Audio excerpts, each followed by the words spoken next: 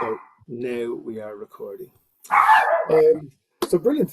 Great to see so many people here. Some new faces, some people who've been supporting the program for quite some time. The reason we are doing this is because we got asked a few times. Okay, how do we get the most value from our intern? How do we make sure the intern is having as strong an impact when they go back to the classroom? So we had to look around and we talked to a few of our hosts. We asked a few to come and give a talk about how they do their internship. So for people who may be brand new to this, they're coming for the first time, or maybe they've been just told to arrive at this because they could be a hiring manager for their organization. What is the internship? Let's just start there. So it's a 12-week paid internship to get pre-service teachers or early career teachers into a STEM-based role, such that they can go back into the classroom and signpost for girls what STEM careers there are, obviously boys as well. But when we look at some of the reasons this was set up, only 25% of STEM roles are performed by women in Ireland. And some of the reasons we're told is because there's not enough information on STEM college courses. There's not enough role models for girls to be seeing what they can be when they grow up. And we're also told that there's a huge talent gap in Ireland, not just for girls, but for guys as well, in engineering. This is just one sector or one cut of a few sectors, but it's across the board. We're hearing it from most of the people we chat with, that in engineering roles, tech roles, science-based roles, and obviously maths as well, there's not enough talent in Ireland to meet the demand of the growing country that we have. So that's why we set up this program, and that's why so far you're all here. Before I go into introductions, I'm just going to touch on a little bit of housekeeping on the program itself. So if you see the screen here, you'll see March 4th today, this webinar. This is sort of the start of this 2025 cycle. In a couple of days, you'll be hearing from Angela on our team to notify you of the matched intern that you'll be getting. We're interns. And as we move on from left to right, we'll be having our meet and greet. So you'll be all getting an invite to the meet and greet over the next couple of weeks. It's on April 15th, invited up to DCU campus to meet all the hosts, to meet all the interns, and have a few hours together to sort of get to see each other. There'll be content there to present to you as well. And then that's all we can really touch on here. I think I may have sent this out to the majority of people on this call, but then June to August the internship starts. There'll be reflection days for the interns midway through. There'll be a graduation at the end.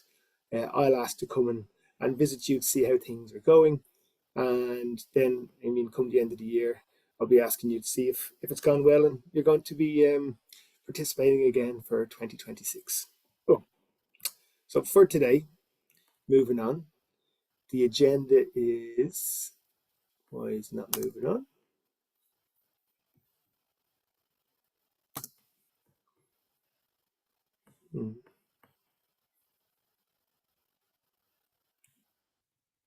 There. Okay. So I'm going to do a few introductions and then we'll get straight into the presentations. So we've asked Eimear Ferguson of Teagasc to tell us how they're doing their internship. We're going to have an interaction as much as possible. So questions and answers during the presentations, if you'd like, wait till the end. And again, we can have questions and answers between each of the presentations as well. We have Valerie Conaty from Microsoft and Jackie Mullen from the National Transport Authority, and why they've come on board and the lessons they've had over the last while as well. Before we jump into that, I can't see the screens anymore. Oh, this is just jumping around the place. I don't know what's happening here. Hopefully you're seeing the agenda slide right now, but on my screen it's jumping around. Jennifer, hello. How are you? Good, thank you. Excellent. Jennifer is a long-time supporter of the STInt programme. She's been brilliant helping us over the years. Thank you very much, Jennifer. She's been working with Intel over the years in her role as supporting us. Maybe Jennifer, you can just say hello, and Jennifer will be here on the line as well to use her experience over the years to answer some of the questions that may pop up as well today. Jennifer. Thanks, David. Yeah, thanks, David. Hey, everybody. I was representing Intel up until the end of 2024, and Intel had been involved in the program since the second year. So we've hosted, in that time, about 17 interns. So we've had the good, the bad, and everything in between. So I'm happy to answer any questions throughout the meeting this morning. Excellent, excellent. I'm just seeing a question in the chat there about the passcode. Sorry, I missed that. But it's up there now if anybody needs it. And again, if there are questions, we can put them in the chat. You can raise your hand, but just speak out loud and we get chatting. You know what I mean? We can do the niceties if we want, but I talk on behalf of the speakers. I like interruptions. You know what I mean? Just getting the chats going as well. But hopefully, Eimear, I see you coming up here. Hopefully you don't mind that. I'm speaking on your behalf in that case. Okay, so with that, I'll stop sharing and we get some more bigger faces on my screen and introduce Eimear Ferguson. Maybe tell us a little bit about yourself and we get going. Thank you very much. Yeah, thanks so much, David. I hope you can hear me okay. I am coming to you live from the ASB Science Blast here in the RDS Simmons Court. So I have politely excused myself from our Teagasc stand at the event. There is thousands of screaming children outside, but all in the best possible way. They're super excited and we're delighted to be here as an organisation. But I'm delighted, David, for the invite, and thanks so much for providing us the opportunity just to kind of showcase what we've done over the last couple of years. There's no right or wrong, I think, in this domain. It's very much kind of a win-win is the way we see it. It's mutually beneficial. We get these access to fantastic, fresh out of college teachers, and then they likewise get an opportunity to work in a STEM organisation such as ourselves here in Teagasc. So I have a few slides, David. I'm not going to kill you with PowerPoint or anything like that, but if I have permissions to share, it might just guide the conversation. Do you need permissions or can you? Yeah, it's saying disabled share. I wonder if you can enable it on your side, then I'll project it. Okay, all participants. Okay. Now I've made that change. Yeah, I think I can do that there. So I'll just make sure I'm opening the right one. So 2 seconds. This is giving me awful flashbacks to COVID now, not being able to share my screen. We are completely embracing Teams on our side. So I must admit, Zoom always throws me. Hopefully we'll be moving to Teams shortly as well. No worries, no worries. So somebody give me the nod there to say whether you can see my screen or not. I can see that now. Brilliant. Now, I cannot see anymore, but like David said, just shout if there's any issues or questions or anything like that. I have my little timer on in the background because I'm a chatterbox for anybody who knows me. I recognise a few names on the call already, and they'll know that I'm liable to talk for Ireland. So please do stop me if I'm going off on a tangent. So look, I'm here today just to tell you about our experience over the last couple of years. I was delighted to interact with the programme as far back as I think it was 2021 was our first intern. So we've had 4 interns to date. I took a small little reprieve to go off and have a baby there at some point, so that was the only reason there was a gap from my side. But we've had 4 fantastic interns over the last couple of years, and really just over the next few minutes I'm just going to showcase what they've done and how we've gotten buy-in from our organisation. So before I go any further, just introduce my role within Teagasc. So I'm the Science Communications and Engagement Officer, and here just on the right hand side is just a snippet of the types of things that we do. So we're all about talking, all about engaging with the next generation and all of our stakeholders at Teagasc to provide impact, engagement, and loads of opportunities for kind of a two-way dialogue with our stakeholders. So lots of these people represented on the right hand side are researchers, staff, students, interns across the organisation, of which there are about 1,200 people, and each and every one of them is invited to take part in science communication activities. So today, I'm going to talk very much about how do we get internal support to start a project. Obviously, this is a funded internship, so getting that buy-in from the very start is very important. How do you find work for the interns? Again, fascinating. We very much take a kind of approach where we want this to be, as I said, mutually beneficial, and we try and get them to kind of co-create that work package so that they've got buy-in as well as from our side. How we go about designing the projects then, I'll very likely cover that as well, and what support do you provide, so buddy or mentor system. Okay, so I suppose it goes without saying, you know, from the horse's mouth, as they say, is better than anything. So to hear from the interns themselves, I think is a fantastic way. I do have a very short video. It's just about 2 minutes long that I'll show you of our last internship, which was Amelia and Sarah Jane. At Teagasc, we also have one of the SFI research centres, or should I say Research Ireland research centres. So Sarah Jane would have been taken under the wing of Vistamilk, which is one of the research centres, and Amelia was working directly with myself, but both within the Teagasc network. So in a couple of seconds, I'm going to share that video. And then on the right-hand side, we have a primary school teacher and a secondary school teacher who over the years have joined us. Owen on the bottom was a primary school teacher based in Dublin, and he worked with us to create materials for the primary school curriculum that were relevant to agriculture. And then Wayne Coleman joined us for a short internship the summer of 2022. Okay, so I'm just going to play this. And again, please tell me if the sound is okay.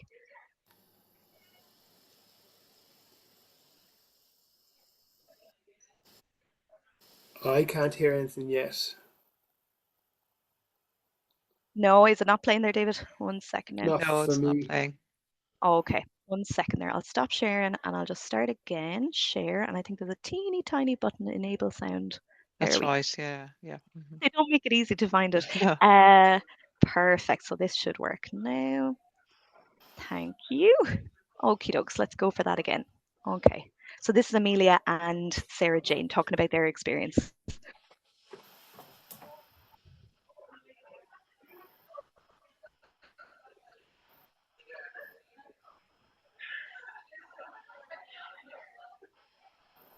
No, we don't hear it. Eimear. Oh, that's okay. I won't labor it. So, but basically what is happening here is Amelia is talking about her experience as part of our team. So they come in this scenario, Amelia was coming from Limerick. So she drove up and down, to be fair to her, each day to our site here in Moore Park. And I suppose for Moore Park, as part of the Teagasc network, we do have a stipulation that they're on site at least 3 days a week, just from a working from home policy. But Amelia, absolutely, after the couple of weeks of doing the drive up and down every day, said, yeah, I'll actually take those 2 days work from home, and we provide her all the infrastructure that she needs to do that, including a Teagasc laptop and access to any of the internet and VPN and stuff like that. So she came and worked with us, and basically I invited her to everything and anything, because I suppose at the end of the day we want to get them to have a real life lived experience of what it is to work in a research organization. And albeit that I'm a former scientist, I've worked in science for many years, I'm now in the research support side of the house. So this is facilitating researchers to be confident in communicating to their stakeholders. So for instance, we have a valuable resource in a teacher there in order to maximize how do you engage with a younger audience. So we're not formally trained teachers, we are scientists, that's our bread and butter. We know how to communicate to other scientists, sometimes, most of the time. But when it comes to the general public, it is another language. You've got to be, I suppose, patient and cognizant of people's baseline understanding, and also tailor your message for the audience at the time. So Amelia, for instance, came up with several resources about how to engage with teenagers in a meaningful way. What are some of the tips and tricks? What are some of the classroom management skills that, again, as researchers, we don't necessarily have any awareness of, but can be quite intimidating when we go out to classrooms and things like that we kind of don't know what our role is in terms of, okay, is everybody doing what they're supposed to be doing, and so on and so forth. So Amelia designed lots and lots of things for us there. If I go back to my little slides here now, sorry, I'm totally breaking my flow here now. 1 second. No, good. Okay. Oh, I'm still sharing my screen. Sorry, I was wondering why I was looking at myself.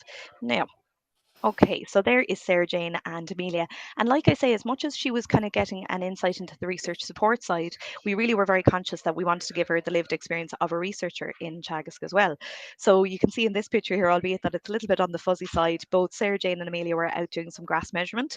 So this would, again, be bread and butter of what we would do from a kind of a grassland management perspective, looking at the amount of grass growth at various times and looking at the variables involved. So they had great fun. They went out and they recorded their reflective piece then during it, captured loads of B-roll. really encourage any of those prospective hosts to watch those videos, because they really do give you an insight into what the expectations of the students and of the host are. So really, really good. So how did we find work? Like I said, I mean, there was no hard sell from our side anyway, because we just saw this as a win-win for us. We do have a science communication and outreach division within Teagasc. It is one of our main remits when it comes to communication to our stakeholders. So we, for instance, we sponsor the BT Young Scientist, or whatever its new version is going to be since BT have dropped their sponsorship, ESB Science Blast, which is the one I'm at today. And we would also attend things like the National Ploughing. Science Week would be a big flagship event of ours. So again, we need all the help we can get when it comes to engaging meaningfully with our various stakeholders. So project design, again, the way I would have kind of worked it is that Amelia would have met with me, for instance, once a week in a kind of formal sit-down scenario for an hour to an hour and a half. And what we did was, because we had other internships across the organisation, we kind of had a collective meeting where we could kind of share ideas and brainstorm for any upcoming opportunities. One kind of note that I will kind of put out there is just the fact that it is quite a short internship. In our scenario, we were trying to give them as much freedom as possible to kind of, design the program and design what they wanted to do while they were on it. But equally, you can imagine we needed to put a bit of structure and content behind that. So yeah, it is a short time frame. So don't be overly ambitious when it comes to like the actual outputs at the end of it. For us, we wanted to have, say, for instance, a revised school resources page on our website. But naturally enough, you've got to learn a little bit of coding to update the website, work with our PR team from a branding perspective, and all really, really good skills. But yeah, it was a big task that we set Amelia. Now, she did it with absolute flying colours, but just to be cognizant of that, it is quite a short internship. So what support do you provide then? If I just skip on to my next few bits, I'm looking at my timer here. Before I jump to the buddy system, actually, just to say, like I've said already now, there was no hard sell for us. I mean, this is a fantastic program, and we're really, really strong brand ambassadors. Even today, I was out engaging with other people at various stands, and I was saying, you have to, if you haven't heard about STInt, please do get involved, Thank you because very much. not at all. Support, the advice, everything that you get just is outstanding. They really, really provide it, make it very easy for us as hosts to get involved. So these were some of the outputs that we got, say, from Amelia last year, just because it's fresh in my mind. So we revised our primary school resources, and we were very conscious that we wanted this to be user friendly for teachers. And given that Amelia was a fully qualified teacher, she knew things like the lesson plan structure, what were the various curricular links, and all that kind of stuff that made sense for teachers to be able to navigate through our website. She also was involved in this biodiversity in action kit, which is we designed during her internship and will be delivered there then during Science Week 2025. So again, we hope, and I've already been in contact with Amelia. She's now in a placement in a school, and she said, "Oh yeah, please let us be the first test case," because she obviously has a vested interest in its outcome. So, where am I going to next? I'm just going to go. How do you find work for the interns? This again, I won't play the video. We don't need to mess around with the technology here. This was Owen Murphy. Owen was a primary school teacher based in Dublin, and we helped to create a game called Coding with Cows. So, Coding with Cows is very much a kind of a nod to the work we do in sensors within the agricultural research area. So these are like Fitbits for cows. So you can imagine Owen said the children would absolutely, be so excited to hear all about this. So we thought, what better way to bring it into the classroom but to create a web-based browser-based game. So this was Coding with Cows, and it basically used data that was from real cows, and the children had to then differentiate what was the cow doing. So based on the data, was the cow grazing, eating, ruminating, whatever the case may be, based on this real life sensor data. So they absolutely loved it. And we got an opportunity to go and visit Owen's school then in September and bring it to them as the first people to see it. So that was really, really well received. Again, an ambitious task over 3 months, but Owen in this scenario was right in the peak of COVID. So he was working from home. And when it came to the kind of coding and interacting with other researchers, we were able to facilitate that online. So it was all very, very well done. And then what support? So like I've already kind of mentioned, oh, sorry, that's my very last slide. Like I've already mentioned, support-wise, we're very much, we welcome our students in just like any other staff or student member who would join Teagasc. They take part in an induction, which is kind of a Teagasc-wide induction. And then locally, I would take that day and a half to actually facilitate one-to-one meetings with a variety of different staff members, because, really, I suppose the bread and butter of this is them getting to experience and see what it is to be a scientist. So we have Walsh Scholars, PhD students who are similar in age to the students themselves or to the teachers. So we thought that was a nice way for them to kind of get to grips with what it is to be a scientist. I've probably rambled. My timer has gone off in the background, so I am going to come back to you. But just to say, this is hopefully just the start of a conversation. If there's any of you who want to touch base and ask me any specific questions, I've put my email address up there. It's fairly obvious one: eimear.ferguson@teagasc.ie, and I'm also on. Please do feel free to reach out, and I'm happy to discuss, because, as I say, I'm a big ambassador for this program. I absolutely love it. It's brilliant. Okay, thank you very much. Thanks so much, Eimear. That was brilliant. That was excellent to see what you've. Whistle stop tour. Pardon? Whistle stop tour. Yeah, absolutely. But open up to the floor. So, any questions there on anything that Eimear discussed? Anything you'd like to sort of double click on and have a look at? Just a question. This is Patricia Cullen from Henkel, and this is our first time to take an intern here. So thanks very much, Eimear. That's very insightful. Just interested in, do they have to write a final report on that at the end? I mean, you know, when you give them a project or a program to do, right? Do they have to deliver that back to us, or do they deliver that back to you guys in DCU? That might be more for you, David. I know from on a case basis, I would ask my students to use Asana, which is a project management tool, and like that, they would kind of give me weekly reports, just accountable more than anything, because at the end, I think I'm right, David, they have to kind of write a reflection on their journey and what they've kind of experienced. But that is facilitated through DCU. I might hand over to you, David. Yeah, so whatever you ask them to do, Eimear, will be up to the organisation. What we ask them to do is do a report, generally a video report by the end, where we try to trigger their learning through reflection. So they have to do a reflective video, what they learned, how will they have changed, how will they change the way they're going to teach when they go into the classroom. We do publish them, but for some organisations, some of what they cover is confidential. So, I mean, if we're asked to not publish them, we don't, depending on what they record and what they're working on in the organization. But essentially, yes, we asked them to do a reflective video, which they're to submit by the 22nd of August on this year. Okay, thank you. No worries. And David, if I can just jump in there, just for please do. When you are making the video, obviously it's usually the branding, maybe the marketing or the comms department that help out, or maybe have the infrastructure to allow the students to create the videos. If not, they can be done on their phone. But it's very good at the start of the internship to engage with the right people, so that they know it's coming down the line rather than leaving it to the last week. Typically over the holidays, people might not be there, or things just may be busy if there's other events on. And also some companies do have approval loops. So it's better to get all those ducks in a row so the relevant people know to expect a video and that there is a deadline date by which it has to be submitted. We ran into that issue a couple of times, not having everything done early, and then submitting it just got a bit delayed. Amazing points, Jennifer. Thank you very much. Yeah, right. I would reiterate that. Yeah, get the approvals and all the right resources on board as early as possible. Okay, any more? Well, Eimear, thank you very much, and thanks for jumping in on a very busy morning that you're having, very busy day that you're having. So really appreciate that you found a quiet area to do that. If you need to run off, then that's quite all right. I'll leave that up to yourself. I might do. I'll reprieve somebody from the stand. Thanks so much, everybody. Well, Lovely to see you. Thank you very much, Eimear. Take care. Bye. Valerie, how are you? I'm good. I am also a member of the Teams clan, so it's going to be interesting to see how this sharing goes. But anyway, I will give it a go. I am good, David. This will be a lesson for me too. So let me just see. Hopefully, we all experience the same on Zoom, so it's quite all right.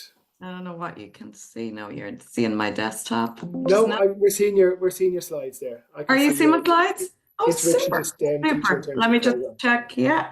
Excellent, because I am seeing my desktop. So thank God I ran through these earlier. Okay, so thank you very much. As David said, my name is Valerie Conaty. I am the program owner here in Microsoft. And I also do this in partnership with two others who I am going to mention because it is recorded. So Ellen O'Neill and Amanda Joliffe. Amanda runs the Dream Space. So we have been involved in this for many years. I think when I looked back, I think this is our 8th year.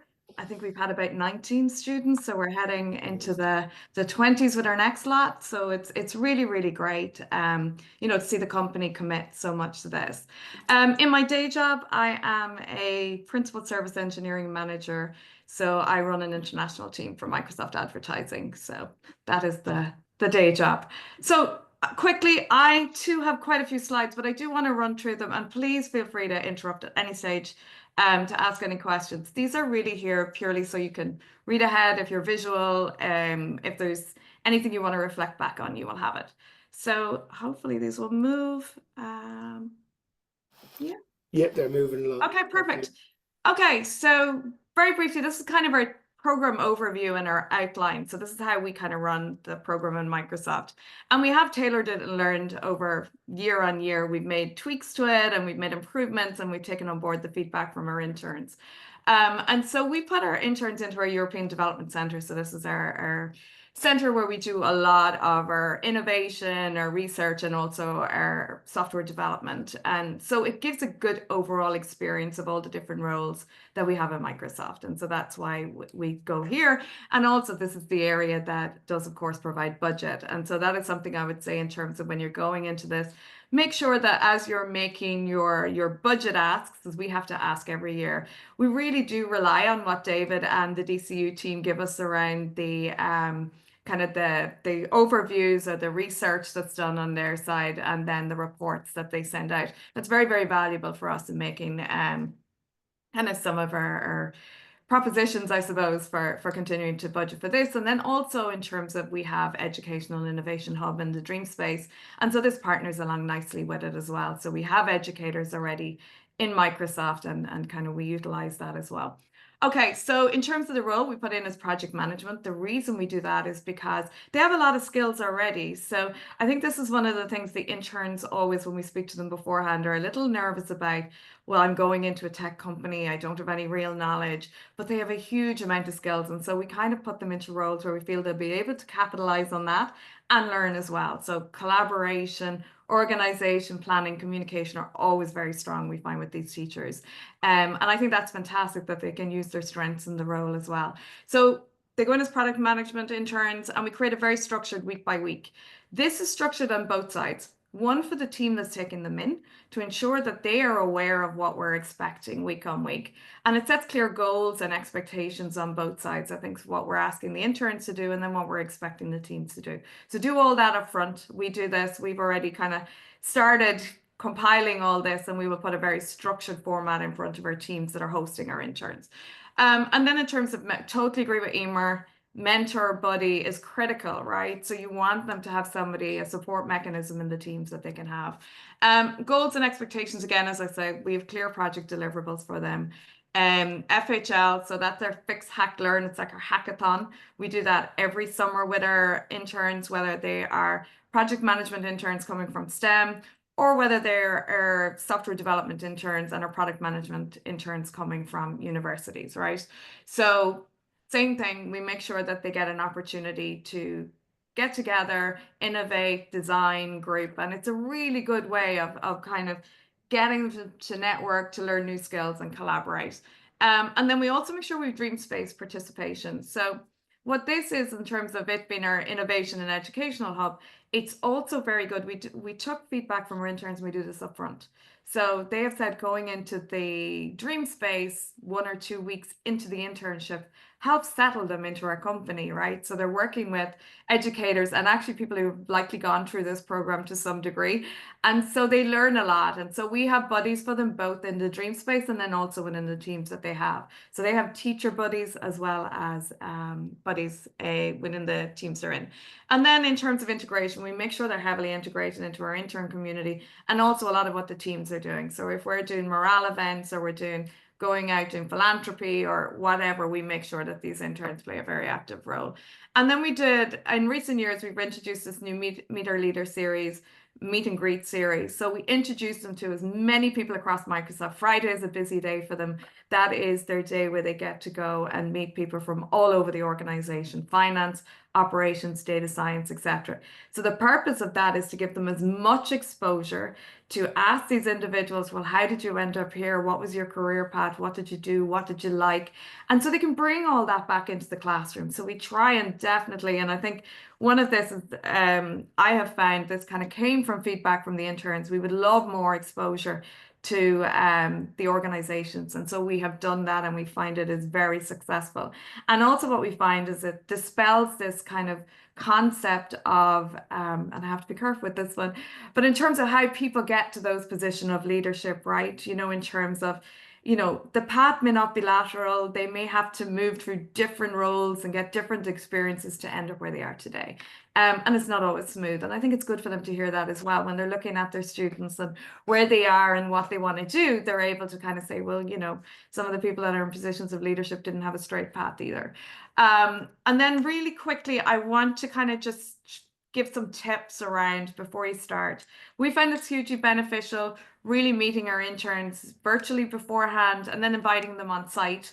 So we meet them virtually, outline the role, listen to their concerns. And it always is kind of that nervousness around, I don't have all the skills, I'm going into a big tech company. We're like, hey, you have a huge amount of value you're bringing into us. You will be fine. We are going to make sure you come in and meet everybody beforehand if we can, show you the building, try and dispel some of those first day nerves of where do I go, who do I see, who do I meet. We try and do that up front. We bring them in for breakfast or for lunch, and take them around to meet the hiring managers, the team, show them where they'll sit. So we do that. And then on the first week, we make sure we do like a really comprehensive orientation for them. So just to kind of get them familiar with kind of, here's all the tools that you'll be using. We'll get all their access sorted. We'll make sure that they're clear on the projects. We also give them the benefits as to why these are the projects we've selected for them. A lot of it is we're using the skills, and we get their inputs as well, right? And so we've had huge benefits and huge partnerships between our teams, right? A lot of our tools are being utilized by educators, and we've learned a huge amount from these educators.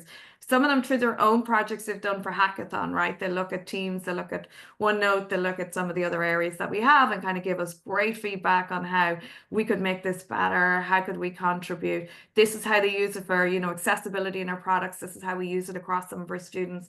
We find all that phenomenal. And then we're showing them tips and tricks that they can bring back to the classroom as well as what they learn in the dream space, which is, you know, those 21st century skills.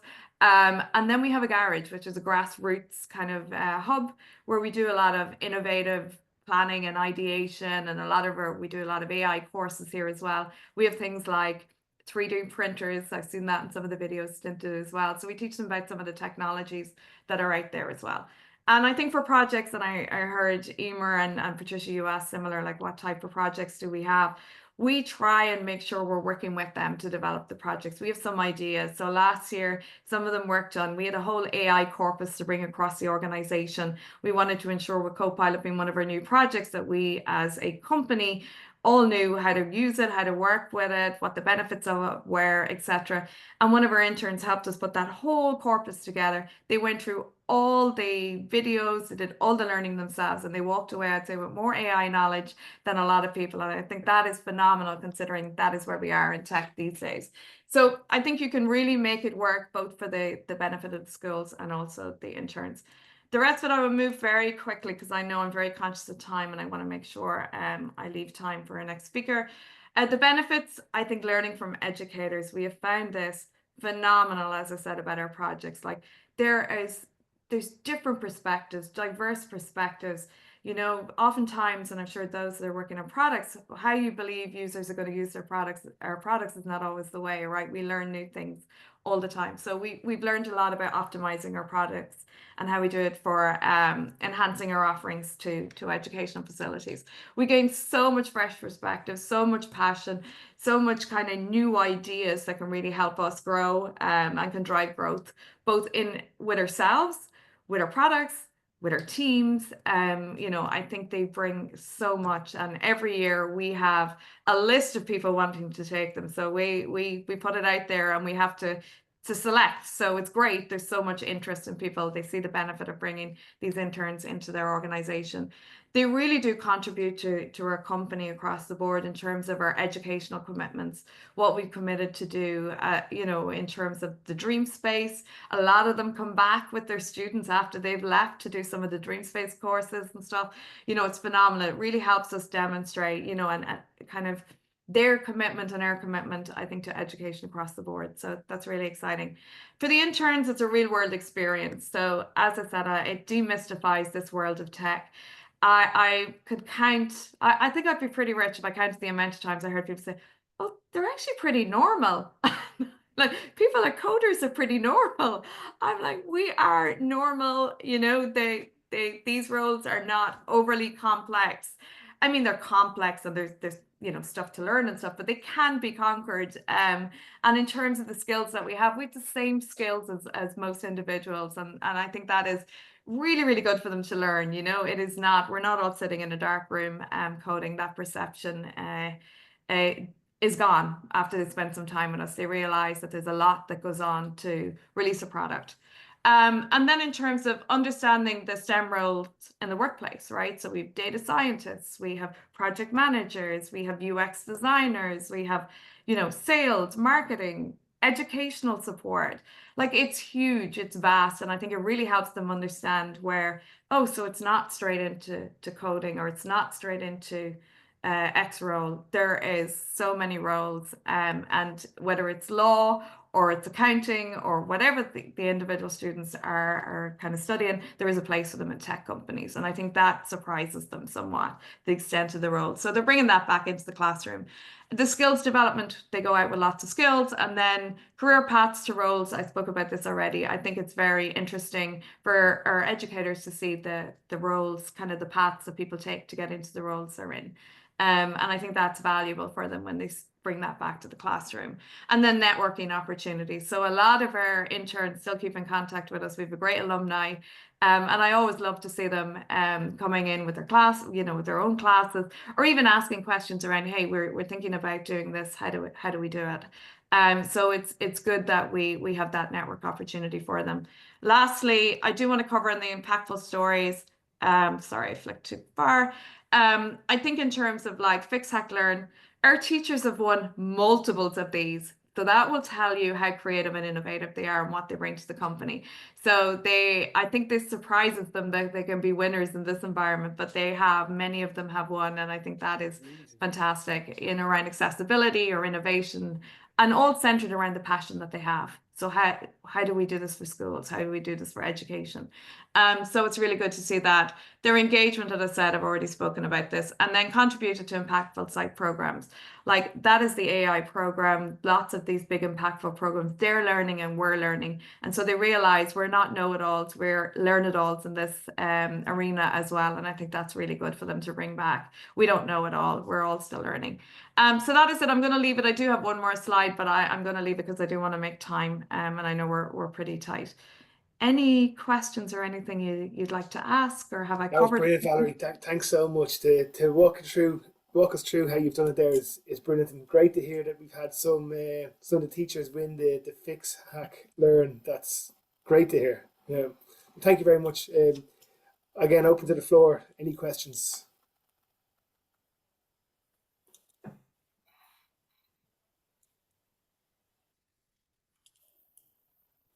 No.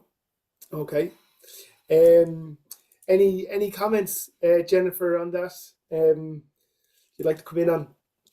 No, I think Valerie has covered it in excellent detail. I think Microsoft have been involved just a year shorter than Intel. You must have come in around the third year, Valerie. But I had listed a couple of points from the previous speaker, and I think Valerie has mentioned them almost the same. Just a couple of things, maybe more on what Eimear said originally. I think it's really important as well to get your interns having one-on-ones and coffees with other people. I think actually, Valerie, you mentioned it as well, just to find out career journeys, because very often people assume you study X and you're still working in X, you know, but very often you go from A, B, C, D down all the way to X.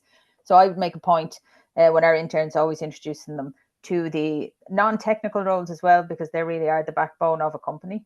as well as the technical people, to give them the whole holistic view of how a company is set up, so that they can take it back to their students, that if your students aren't interested technically, there are still opportunities in those big companies for them. Brilliant. Thank you very much. That's great. And so we ask Jackie. How are you, Jackie? Hi, David. How are you? Hi, everybody. Thank you very much for coming along and agreeing to contribute. I'm really looking forward to hear how last year went, and any sort of learnings you had, and then maybe any changes you made for this year. But I don't want to steal any thunder of yours, so please go on ahead. Well, just, I echo everything that Valerie and Eimear have said, and I'm conscious of time and repetition and everything. But I suppose the key thing for us, if I'm speaking to people who are new to join the programme, 2024 was our first year, and we had a hugely positive experience.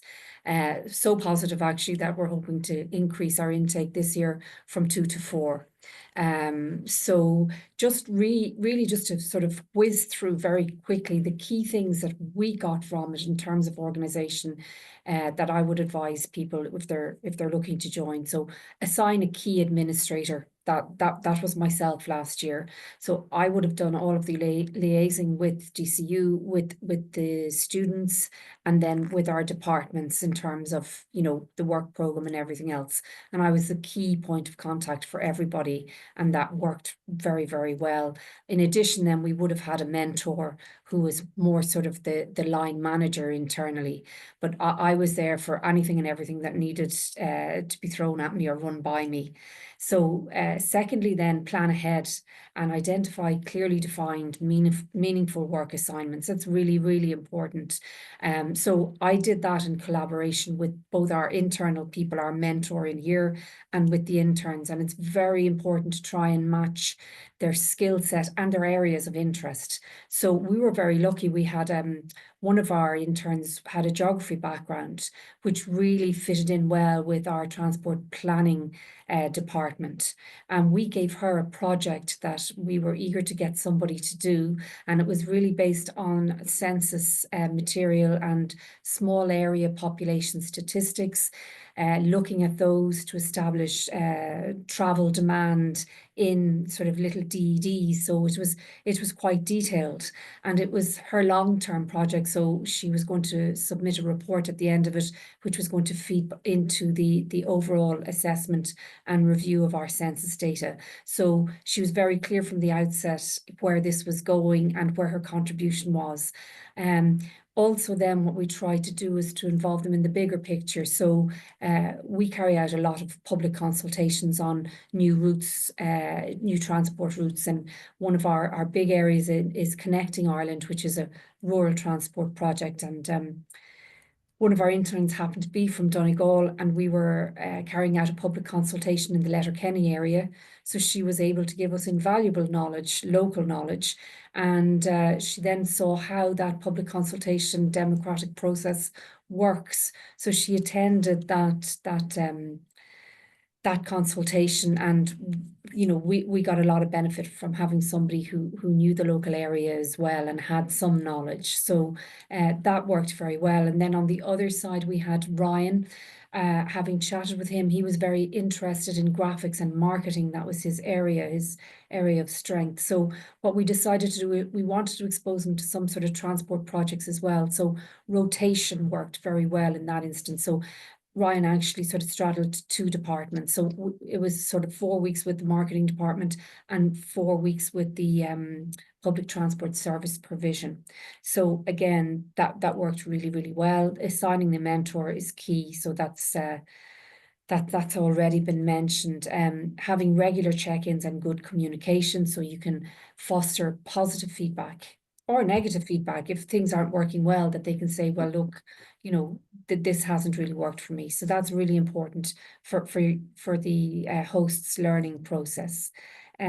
Also, everybody else has referred to this, but embed them in the organization. So make sure they get the same onboarding as any employee, get the same training, be it data protection training, that kind of thing.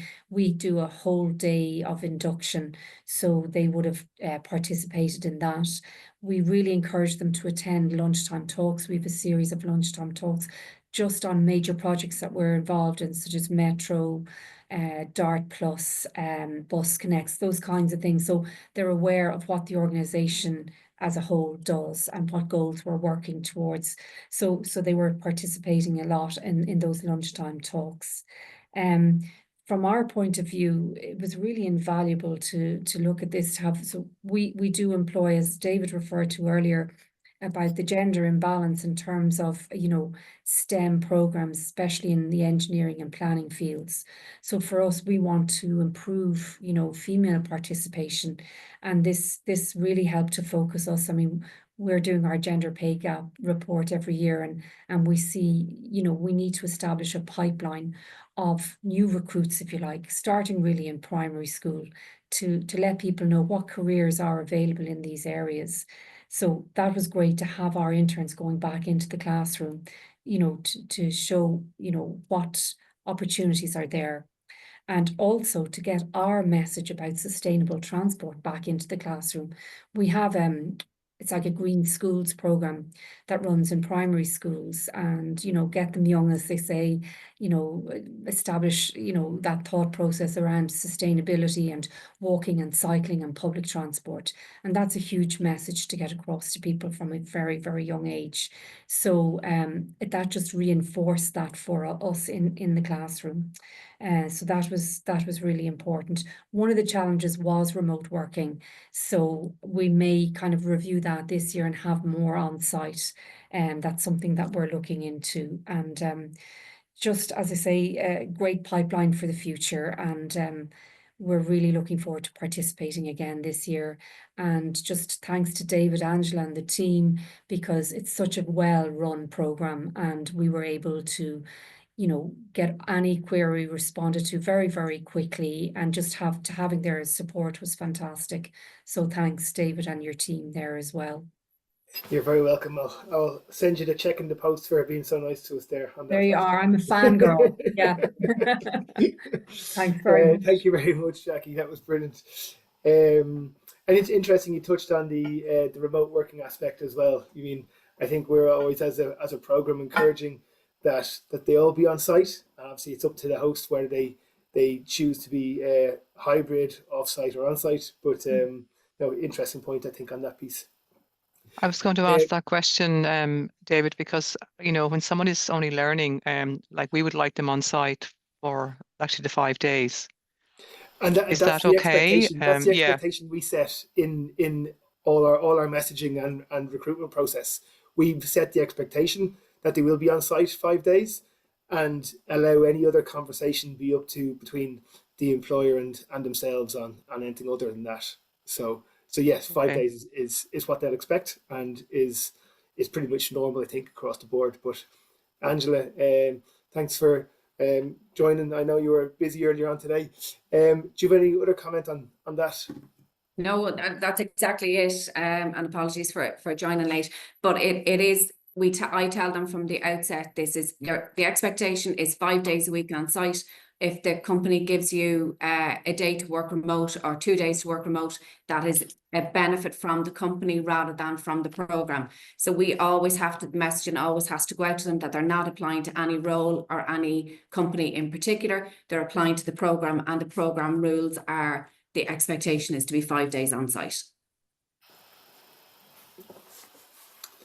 Thanks for that question, Patricia. Any more?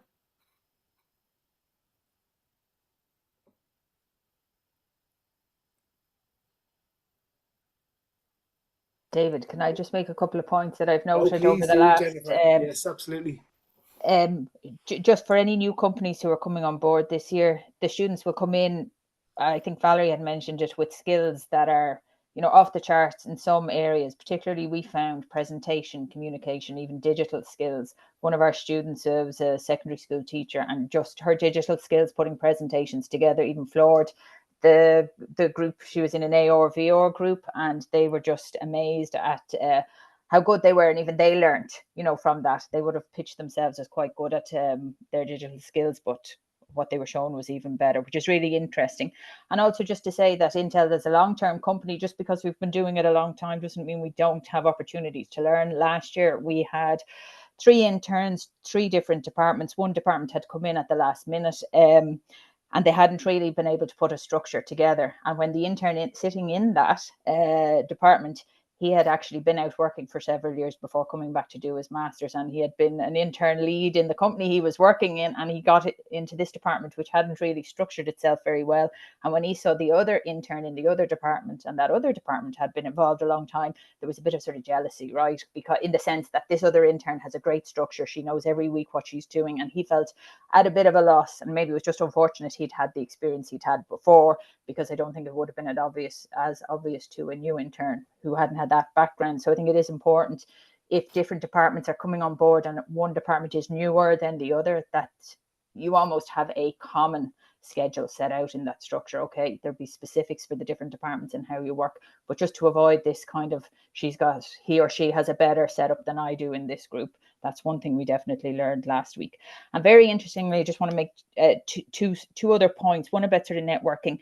One year we had a primary school, secondary school teachers sit together in the same group. And at the end of the internship, they discovered by talking to each other that they didn't really know the curriculum for primary school and for secondary school, vice versa. So as a secondary school teacher wasn't aware of exactly how the primary school curriculum ran, and vice versa. I'm not an educator. I don't understand how much that's covered in each of those sections. But they were actually now able to go away and say, hey, I know, the secondary school teacher was saying, I know what level my primary school kids are coming in on. So I just thought that was an interesting nugget. If you have the opportunity of secondary and primary school teachers, make sure they do network together. And of course, bring in, if you have interns from other outlets, not just the STInt, make sure they network as well. I think there can be really interesting crossover and learning. And just 2 very quick points. Please just tell me to stop if there's other people who want to ask questions. I don't want to use all the time. But we had connections with Amber. That's the other SFI research centre in Trinity College that hosted students last year. Intel Research Group has researchers embedded. So we actually worked together. I worked with Mairead Holden. We hosted the Amber students out at Intel for a half day, and they met our interns. And then Amber hosted our interns, and we got a tour of, I went along as well, the Royal College of Surgeons. Amber has connections in there, though that's not where our researchers are based. But if you do have connections to the other companies, maybe make an opportunity to do some kind of introduction back and forth, because the idea here is to show these students the depth and breadth of science roles that are out there. And one final point, charity events. I know Intel and probably many companies do, like sponsorship for charities, cake sales, bike runs, cycles. If there's any kind of more fun things, get them involved, because it shows then how the company gives back to the community and how that's done across the whole company and a more holistic view. That's brilliant, Jennifer. I love the idea of engaging with Amber and getting the students and teachers to have a different perspective within the same internship. I think that's a brilliant amplification of learning when those things happen. I do want to be respectful of time. I want to make sure everyone gets questions or comments in the last couple of minutes. Is there any more questions from people out there? And the idea of today was to sort of show ways that you can do this in your own organizations. Hopefully you've got that across, but it's the last chance for questions and or comments before we go. Thank you, David. Thank you to yourself and the team for such a great introduction. Really appreciate it. You're very welcome, Patricia. Very welcome. Okay. Well, if that's the case, we're going to be sending on the link to this for anybody who hasn't been able to make it, or any of your colleagues who'd like to have a look. So that will come probably tomorrow. But really, thank you very much for Valerie, Jennifer, Jackie, Eimear, and everyone else who contributed. So really, really appreciate it.